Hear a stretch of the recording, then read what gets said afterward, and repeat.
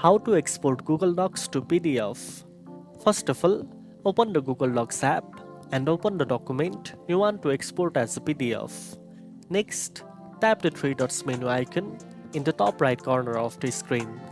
From the menu options, select Share and Export.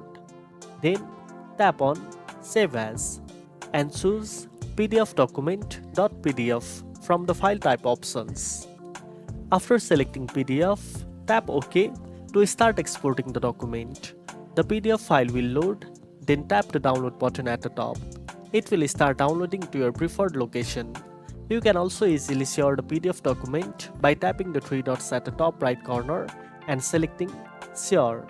And that's it. Now you know how to export Google Docs to PDF.